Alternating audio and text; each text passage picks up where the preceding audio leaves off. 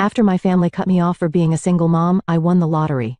Their tune changed, but my response left them in shock. The day my parents disowned me, it was raining. Not the gentle kind that makes everything smell fresh and clean, but the harsh, bitter type that soaks through your clothes and chills you to the bone.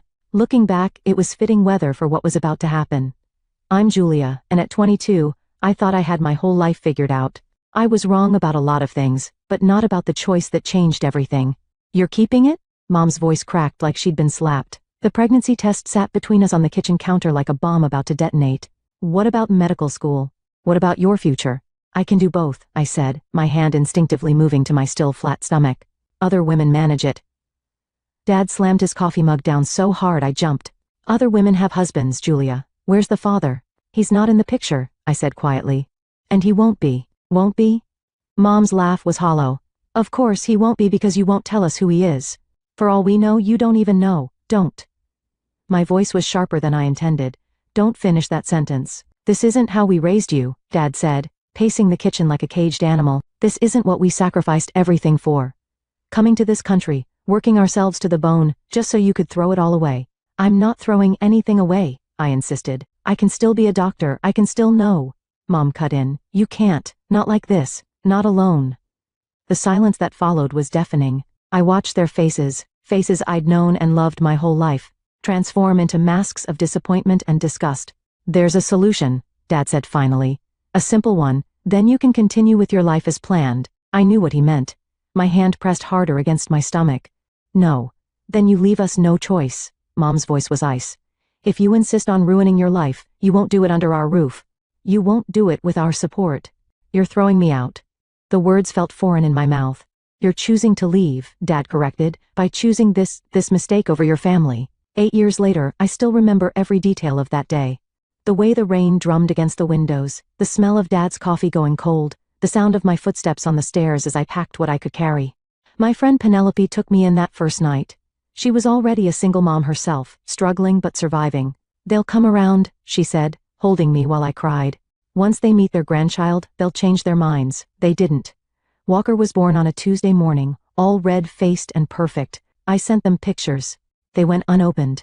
I sent birthday cards, Christmas cards, updates about his first steps, his first words. Nothing. I finished medical school somehow. Between student loans, part-time jobs, and endless nights of studying while Walker slept, I made it work. Not the way I planned, but I made it work. Mommy, look. Walker's voice snapped me back to the present. He was waving a drawing from his art class, all bright colors and crooked lines. It's us. I smiled at the stick figures, one tall, one small, holding hands. No empty spaces where grandparents should be. Walker had never known any different. It's beautiful, baby, I said, pinning it to our cramped apartment's fridge right next to his perfect spelling test from last week. Can we have pizza tonight? He asked, already moving on to his next thought the way only 8-year-olds can. Not tonight, sweetie. Remember? We're being careful with money this month. The heating bill had been higher than expected, and my resident salary only stretched so far. He nodded, used to these conversations. That's okay, I like your spaghetti better anyway. I hugged him tight, breathing in the scent of crayons and playground dirt that always seemed to follow him home. Sometimes I wondered if my parents knew what they were missing. This beautiful, kind, brilliant little boy who made every struggle worth it. That evening while Walker did his homework, I decided to finally clean out my winter coat pockets before donating it. It barely fit anymore, and Penelope knew someone who needed one. My fingers brushed against something in the left pocket, a forgotten lottery ticket from months ago. I almost threw it away. But Walker looked up from his math problems and smiled at me, that same smile that had given me strength through countless sleepless nights and empty bank accounts.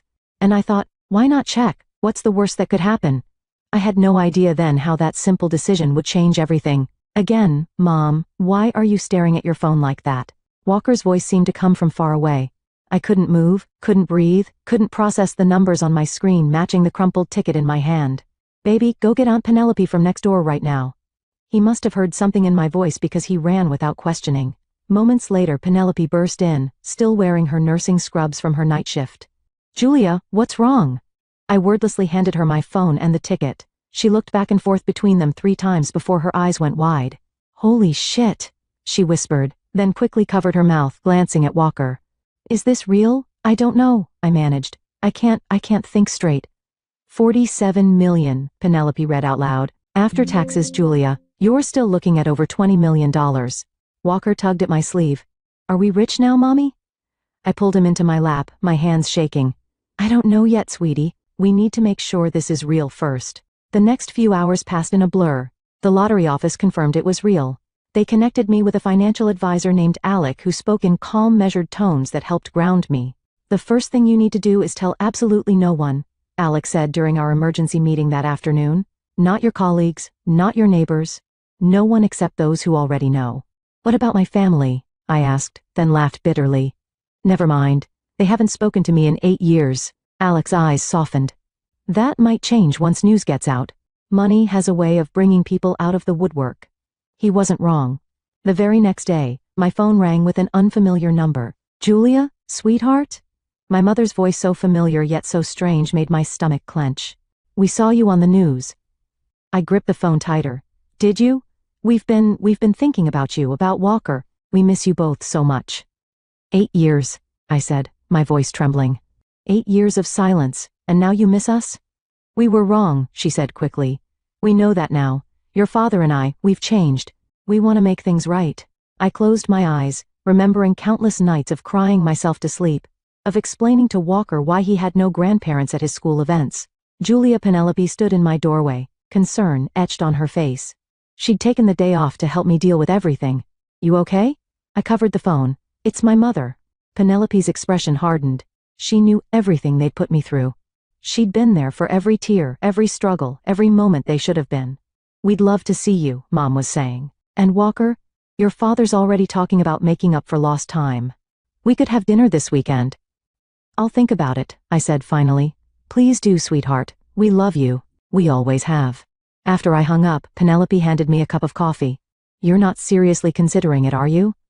I don't know. I stared into the cup. Part of me wants to believe they've really changed, and the other part wants to tell them exactly where they can shove their sudden desire to reconcile. Walker came home from school then bursting with energy. Mom, did you tell Grandma and Grandpa about the money? Can they come visit now? My heart broke a little. Of course, he'd want grandparents. What child wouldn't? How about we focus on our plans first, I said, pulling him close. Remember what we talked about? His face lit up. A house with a backyard and a dog? That's right. I kissed his forehead. And you staying in your same school with all your friends? Later that night, after Walker was asleep, I sat with Alec's business card in one hand, and my phone in the other. My mother had called 3 more times. Whatever you're thinking, Penelope said, joining me on the couch. Remember how strong you've been without them. Remember who was there when Walker had pneumonia last year. Who helped you study for your boards? Who actually cares about you, not your bank account? My phone buzzed again. A text from my father this time. We should discuss your future plans. I know some excellent investment advisors. I showed it to Penelope, who snorted. Of course he does. You know what? I said, something hardening in my chest. I think I will meet with them. Julia, not to reconcile, I clarified. I want to look them in the eyes when they try to manipulate their way back into my life. I want to see exactly what they're planning. And then what? I thought about Walker's drawing on the fridge, our perfect family of 2, about all the other single mothers out there struggling like I had, about karma and justice and the power to finally stand up for myself. And then, I said, I'm going to make them regret every single day they pretended we didn't exist. The restaurant they chose was exactly the kind of place they'd always loved, all crystal glasses and white tablecloths. I deliberately wore jeans and a sweater, watching my mother's slight wince as I sat down. Julia, darling, she said, reaching for my hand. I pulled back before she could touch me. You look healthy. Dad cleared his throat. Where's Walker? We were hoping to meet him. He's with Penelope, I said. I wanted to talk to you both first. That woman, Mom muttered, then caught herself. I mean, it's good you have friends. A waiter appeared with water and menus. My parents ordered wine. I asked for coffee. So Dad said, leaning forward. We've been doing a lot of thinking about the past, about mistakes made on all sides. On all sides? I interrupted. What mistakes did I make exactly? Having a baby, raising him alone, being successful despite you abandoning us? Now, Julia, Mom started, but a new voice cut in. Sorry, I'm late. A man in an expensive suit appeared at our table. Traffic was terrible. Julia, this is Xerxes, Dad said. He's our lawyer. We thought it might be helpful to have him here to discuss arrangements. I stared at them. You brought a lawyer to lunch? Just to help facilitate, Xerxes said smoothly, pulling out a chair. Your parents have been working on a comprehensive plan for family reunification. He pulled out a folder and started spreading documents across the table. My coffee arrived, and I wrapped my hands around the warm cup, watching this surreal scene unfold. We've drafted a proposal, Mom said eagerly, a way to make up for lost time. We could set up a trust for Walker, of course, and there's the matter of the family business. What family business? I asked. The one we're going to start, Dad said. Together we've already looked at some properties with your new resources and our experience. Stop. My voice was quiet but firm. Just stop. They all fell silent, looking at me with varying degrees of confusion. Julia, Xerxes said, your parents are trying to build bridges here. Perhaps if you looked at the proposals, did they tell you how they kicked me out when I was pregnant? How they ignored every letter, every photo, every attempt I made to contact them for 8 years? Xerxes shifted uncomfortably. Mom jumped in quickly. We've apologized for that, darling. We were wrong. We want to make it right. Make it right? I laughed. By bringing a lawyer to ambush me. By making plans for my money before even asking how your grandson is doing. Now that's not fair. Dad started, but I stood up. I need to use the restroom. In the hallway near the bathrooms, I leaned against the wall, taking deep breaths. Then I heard voices around the corner. Can't rush her too fast, Xerxes was saying. We need her to trust us before we suggest the investment structure. 8 years we waited. Mom's voice replied, we're not missing this opportunity. Once we get control of the accounts, Eliza, Dad interrupted, someone's coming. I slipped into the bathroom before they could see me. My hands shaking as I gripped the sink, my phone buzzed. A text from Penelope. Walker wants to know if he's meeting his grandparents today. I looked in the mirror, seeing the hope in my son's eyes reflected in my memory. Then I remembered my mother's words. Once we get control of the accounts, taking a deep breath, I texted back, no. But I think it's time to move forward with Plan B. When I returned to the table, I wore a carefully neutral expression. Sorry about earlier, I said, sitting down. This is all just overwhelming. Their faces lit up with poorly concealed triumph. Of course it is, sweetheart, Mom cooed. That's why you need family. Why don't you come over this weekend? Bring Walker. We can discuss everything properly. Actually, I said, I have a better idea. Why don't you come to my place next Friday? I'm having a small gathering, some friends, some business associates. It would be a good opportunity to meet Walker in a comfortable setting. They exchanged glances.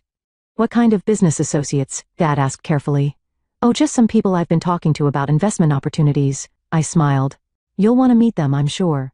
They agreed eagerly, exactly as I knew they would. As we said goodbye, my mother hugged me, whispering, we're so glad to have you back, darling. I hugged her back, thinking of the conversation I'd overheard of the lawyer they'd brought of 8 years of silence. Me too, Mom, I said. Everything's gonna be exactly as it should be. Walking to my car, I called Penelope. Contact Valerie at the social services office. Tell her Operation Karma is a go. You're sure?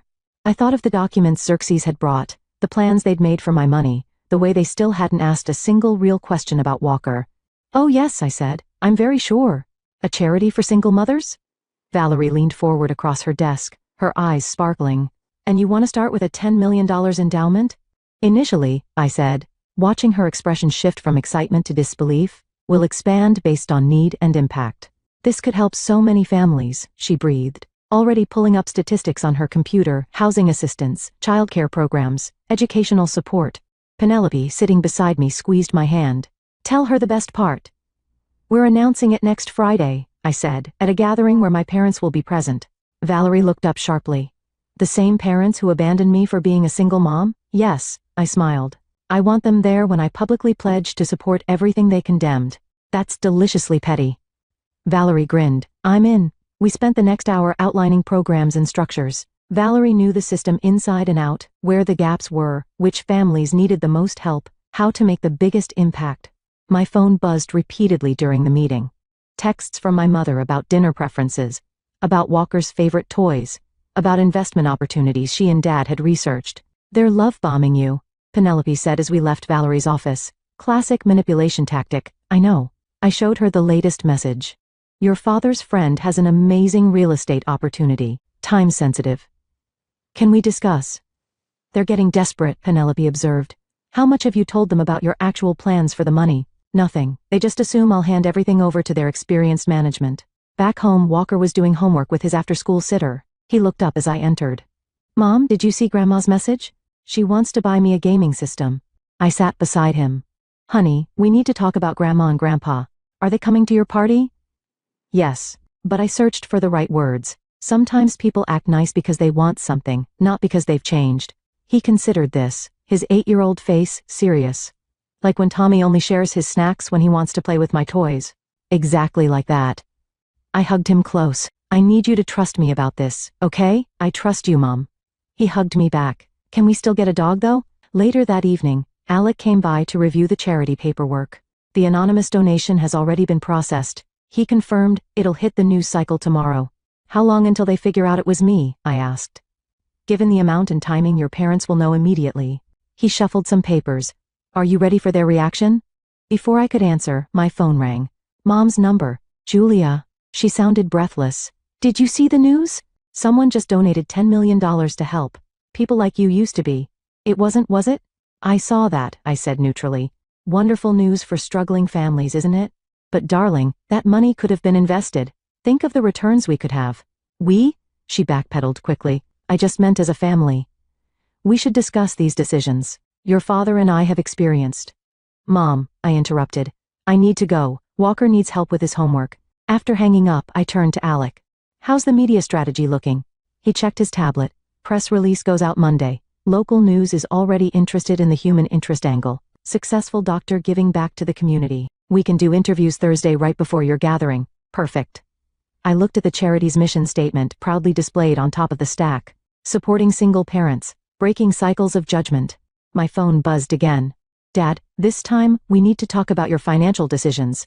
This isn't what we discussed. We never discussed anything, I muttered. You okay? Penelope asked, returning from putting Walker to bed. Just thinking about Friday, about finally showing them who I've become without them. And, who's that? I showed her my draft response to the press release. As someone who faced judgment and abandonment for being a single mother, I know firsthand how crucial support can be. This foundation isn't just about financial aid. It's about changing perceptions and breaking down the stigma that too many single parents face. That's who, I said.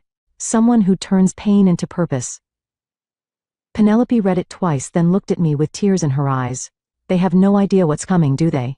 No, I said, thinking of the carefully laid plans, the press invitations, the stories I'd document, the truth I'd finally speak, but they will. My phone lit up with another message from Mom. We're just worried about you, darling. Let us help. I didn't reply. Friday would be my response to everything. The local news interview aired Thursday morning. By Thursday afternoon, my parents had called 17 times. You look beautiful on TV, Mom gushed when I finally answered, though perhaps a bit casual for such an important announcement. I have this lovely designer. Did you hear what I said in the interview? I cut in about why I started the foundation. Oh yes, very charitable. But darling, announcing it without consulting us first. Why would I consult you? A pause. Well, we're family. And with our business experience, are you coming tomorrow? I interrupted again. Of course, your father's been talking about nothing else. He's bringing some investment proposals. Great, I said. See you then. The gathering was at a recently renovated community center, the first project my foundation had funded. As guests arrived, I watched my parents take in the reporters, the social workers, the group of single mothers Valerie had invited. Julia, Dad hissed, pulling me aside. What is all this? We thought this was a private family meeting. Did you? Funny. I don't remember saying that. Before he could respond, the center's director called for everyone's attention. Mom grabbed my arm. Darling, perhaps we should discuss things before any announcements. Ladies and gentlemen, the director continued, please welcome Dr. Julia, founder of the Breaking Cycles Foundation. Applause erupted. I gently removed my mother's hand and walked to the podium.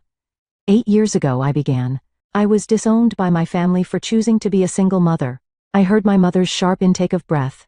I was told I was throwing my life away, that I would fail, that no one would respect me. I paused, meeting their eyes in the crowd. They were wrong. Julia, Dad started to stand, but Xerxes pulled him back down. Today, I'm a successful doctor raising an amazing son, and I'm using my lottery winnings, all of them, to ensure no other single parent faces the discrimination and abandonment I did. Cameras flashed. My parents sat frozen. The Breaking Cycles Foundation will provide housing assistance, childcare support, educational grants, and most importantly, a community that supports rather than shames single parents. More applause. I saw Penelope wiping tears, Walker beaming proudly beside her. And to kick off our mission, I'd like to introduce some people. I gestured to the side. These are the first 10 recipients of our housing grants. Each of them has a story similar to mine. Each of them has faced judgment, abandonment, and struggle. And each of them is proving, just like I did, that single parents are capable of extraordinary things. The recipients stood, some holding their children, all receiving thunderous applause. My mother's face had gone pale. Questions? I asked the crowd. A reporter stood. Dr. Julia, your parents are here today. How do they feel about your foundation? I smiled sweetly. Why don't we ask them? All eyes turned to my parents. Dad stood abruptly. This is ridiculous, he snapped. You're making a spectacle of private family matters. We came here to discuss business opportunities, to discuss controlling my money, I corrected. Just like you tried to control my life. We were protecting you. No, I said firmly. You were protecting your reputation, your traditional values, your control, and now you're here for my money, not for me or Walker. Mom burst into tears. Perfectly timed, perfectly dramatic. How can you say such things? We're your parents. Parents. Penelope stood up. Parents don't abandon their children. Parents don't ignore their grandchild for 8 years. Parents don't show up with lawyers and investment schemes only after their daughter wins the lottery. The reporters were scribbling frantically. Xerxes tried to intervene. Perhaps we should take this discussion private. No, I said. No more hiding, no more shame. Every dollar I won is going to help people who faced what I faced, to show them they're not alone and they're not wrong for choosing to be single parents. Dad's face had turned purple. You ungrateful security, I called calmly. Please escort my parents out if they can't maintain composure. As they were led away, Mom turned back. You'll regret this. You're making a huge mistake. No, I said loud enough for everyone to hear. My only mistake was spending 8 years hoping you'd love me more than you loved your prejudices. After they left, the event continued. I met with grant recipients, gave interviews, watched Walker play with other children who understood exactly what it meant to have absent grandparents. My phone buzzed with a text from Xerxes. Your parents want to discuss damage control. I typed back nothing to discuss. The truth isn't damage, it's freedom. Looking around at the community I'd built, the lives I was helping change, I finally felt free of their judgment, free of hoping for their approval, free to be exactly who I'd become without them. And it felt better than any revenge could have. The morning after the foundation launch, my mother showed up at my apartment, unannounced. Her designer handbag was clutched tight against her chest like armor. Your father doesn't know I'm here, she said when I opened the door. Does it matter? I stepped aside to let her in. Coffee, please. She perched on the edge of my couch, looking around the modest apartment. You could live somewhere so much nicer now. We're moving next month. A house near Walker's school. I handed her a mug. But that's not why you're here. No. She took a shaky breath. What you did yesterday, the publicity. Do you have any idea what this will do to our reputation in the community? Your reputation? I laughed. That's what you're worried about? People are talking, Julia. The country club, the church. Is Grandma crying? Walker appeared in the hallway, backpack ready for school. Mom startled as if she'd forgotten he existed beyond a concept. Walker, I brought you something. She pulled out a wrapped package. No, thanks, he said quietly, moving closer to me. Mom says we shouldn't accept gifts from people who only want to be nice when it's convenient for them. Mom's face crumpled. That's not I'm your grandmother. Are you? Walker asked. Because my friend Tommy's grandmother comes to his baseball games and helps with school projects. You just showed up when Mom got money. I put my hand on his shoulder, proud and heartbroken at how clearly he saw the situation. Time for school, buddy. Penelope's waiting to walk you. After he left, Mom dabbed at her eyes with an expensive handkerchief. You've turned him against us. No, I said firmly, you did that yourself. 8 years of birthdays, Christmases, school plays. Where were you? We were hurt. You defied everything. I had a baby. I slammed my coffee mug down. I didn't commit a crime. I didn't hurt anyone. I chose to be a mother, to work hard to succeed despite you telling me I couldn't, and now you're punishing us. Punishing you? I gestured around. I built a foundation to help others, to turn what you did to me into something positive. That's not punishment. It's growth. My phone buzzed. A text from Valerie. 3 more news stations want interviews. The story's going national. Mom saw the message. You can still fix this. We can release a joint statement. Say it was all a misunderstanding. Get out, Julia, get out. I stood up. You still don't get it. This isn't about you anymore. It's about every other parent who's been shamed, abandoned, or judged for their choices. It's about breaking the cycle of conditional love that you taught me. She stood too, straightening her designer jacket. You'll regret this. Your father, he has connections. He can make things difficult. Is that a threat? It's a warning from a mother who loves you. I opened the door. No. A mother who loves me would have been there when I was scared and alone, would have held her grandson when he was born, would have celebrated my graduation from medical school instead of pretending I didn't exist. Julia, please. Goodbye, Mom. After she left, Penelope came over. She'd heard everything from next door. You okay? No. I showed her my shaking hands. But I will be. Your mom's right about one thing, she said. Your dad's going to retaliate. I know his type. Let him try. I picked up my phone as it buzzed again. Another interview request. The truth is already out there. Penelope sat beside me. You know what's funny? My parents did the same thing when I got pregnant. Kicked me out. Said I was ruining my life. You never told me that. They called last week, she continued. After your story hit the news, wanted to reconnect, asked if I needed money. What did you say? Told them to donate to your foundation if they really want to make amends. She smiled. They hung up. I hugged her tight. We did okay, didn't we? Without them, we did amazing. She pulled back. And now we're helping others do the same. My phone rang Dad's number. I declined the call and opened my email instead. Dozens of messages from single parents across the country sharing their stories, thanking me for speaking out. They can't hurt us anymore, I said, reading the messages. We're not alone, and we're not ashamed. No, Penelope agreed. We're just getting started. Another text from Valerie. Major talk show wants you and some grant recipients to speak next week. Ready to take this national? I thought of my mother's threats, my father's connections, their desperate attempts to control the narrative. Then I thought of Walker's words, people who only want to be nice when it's convenient for them. Yes, I replied. It's time everyone heard the whole story. The talk show's green room buzzed with nervous energy. 3 other single mothers sat with me, each selected by Valerie to share their stories. Sarah, kicked out at 16, Maria, widowed and shunned by her in-laws, Rebecca, who fled an abusive marriage. 2 minutes, a producer called. My phone lit up. Xerxes, your father insists on speaking with you before you go on air. Not happening. I texted back. He's here at the studio. I looked up sharply, and there he was, pushing past security with Mom and Xerxes trailing behind him. Julia, he demanded. Stop this nonsense right now. The other mothers tensed. Security moved forward, but I held up my hand. Let him speak, I said. Let everyone hear exactly what he has to say. Dad straightened his tie. I've been calling all week.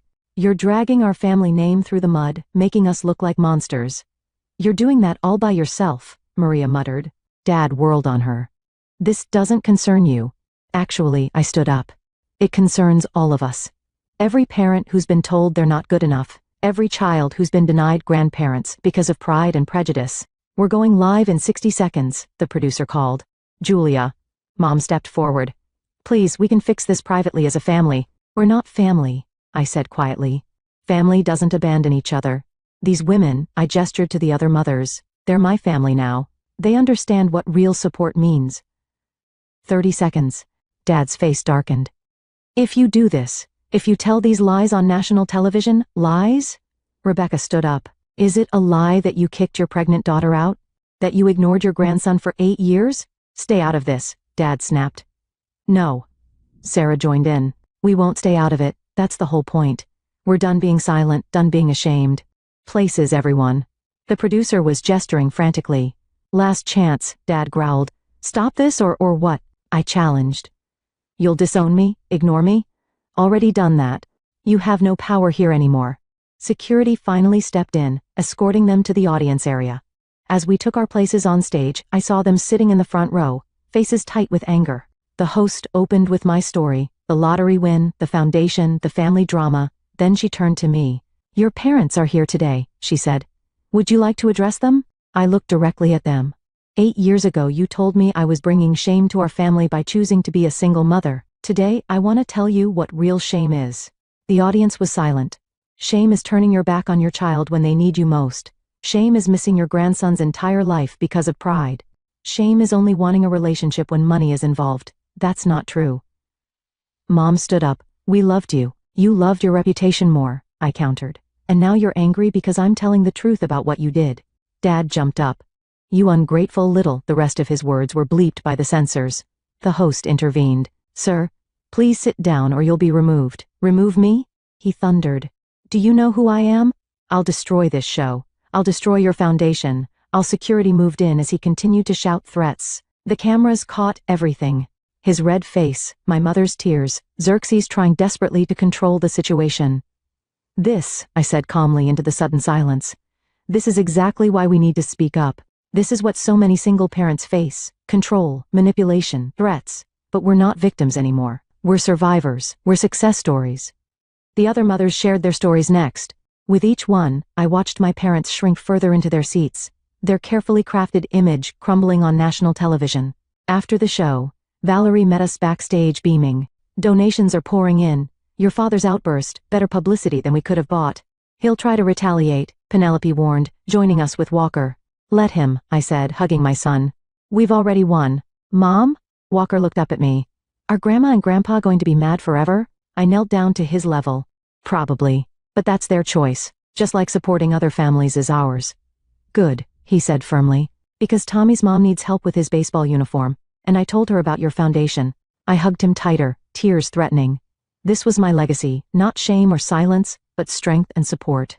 Not their conditional love, but a community built on understanding and acceptance. My phone buzzed one last time. Xerxes again, your parents want to make a deal. I blocked his number without responding. We didn't need deals anymore. We had something better. We had truth. And this, I said, unlocking the door, is our new home. Walker ran inside, his footsteps echoing through the empty rooms. Penelope followed with a box labeled kitchen, while Maria and Sarah carried in bags of groceries for our moving day celebration. Mom, there's a tree house, Walker's voice carried from the backyard. Perfect for homework club, Maria said, her own kids already racing to join Walker outside. The house wasn't massive or luxurious, just a comfortable 4-bedroom with a big yard and a good school district, but it was ours, paid in full, with plenty left for the foundation. Mail's already coming, Penelope said, picking up an envelope from the floor. Her face darkened. It's from your parents' lawyer. I took the letter but didn't open it. Instead, I pinned it to the kitchen bulletin board alongside the foundation's latest achievement, housing assistance for 50 single-parent families. Not today, I said. Today, we celebrate. The doorbell rang. Valerie arrived with more volunteers from the foundation carrying paint supplies and pizza. Soon, the house filled with laughter and chatter as everyone picked rooms to paint. Did you see the news? Rebecca asked, rolling yellow paint onto Walker's bedroom wall. Your father's trying to start a competing foundation, something about traditional family values. Let him, I said. Our waiting list is already 300 families long. There's plenty of need to go around. Miss Julia, Tommy Walker's friend, poked his head in. My mom's here. She wants to talk to you. In the living room, Tommy's mother, Janet, stood nervously. I'm sorry to crash your moving day, but I got evicted. Tommy's dad stopped paying child support and say no more. I pulled out my phone. Maria, can you check if Unit 3B is still available at the new housing complex? Within an hour, Janet was crying happy tears over approved emergency housing paperwork, while Tommy and Walker planned which games they'd play during their next playdate. This is what they'll never understand, Penelope said quietly watching the scene. It's not about money, it's about community.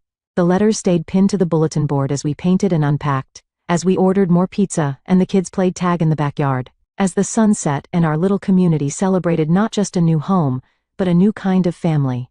Finally, after everyone left and Walker was asleep in his freshly painted room, I took down the letter. Inside was a formal proposal. They would publicly apologize if I agreed to redirect foundation funds into a family-managed trust. They would acknowledge Walker if I gave them board positions. They would forgive me if I followed their plans. The doorbell rang again. This time, my mother stood there alone. Before you close the door, she said quickly, I came without your father knowing. Why? She held out a small photo album. I found these pictures of you from before. I thought Walker might want to see what his mother was like as a child. I took the album but didn't invite her in. That's what you came to say? She hesitated. I watched you today through the window. All those people, those families, they love you, really love you. Yes, I said simply, they do. We loved you too, she whispered. We just didn't know how to show it without controlling it. I looked at the album, then at the letter in my other hand. Love shouldn't come with conditions, Mom. I know that now. She turned to leave, then stopped. Julia, you're a better mother than I ever was. After she left, I sat on the porch swing looking at childhood photos I'd almost forgotten existed. Walker's sleepy voice came from behind me. Is that you, Mom? I pulled him onto my lap, showing him pictures of a little girl who still believed in unconditional love. Yeah, that's me. You look happy? I was. I kissed his head. But I'm happier now. I took the lawyer's letter and ripped it into tiny pieces, letting them flutter into the recycling bin. Then I took out my phone and typed a message to our foundation's board. Tomorrow we announce our expansion. Double the housing units, triple the childcare subsidies. Let's show them what real family values look like. Walker snuggled closer, yawning. Can Tommy stay over tomorrow? Of course. I rocked the swing gently, holding my son and my freedom and my peace all at once. That's what family does. The childhood photos showed what was lost, but looking around our new home, filled with paint smudges and pizza boxes and love without conditions, I saw everything I'd found instead. Sometimes the family you choose is better than the family you're born into. Sometimes the hardest goodbye leads to the most beautiful hello. Sometimes losing everything is just the beginning of finding something better.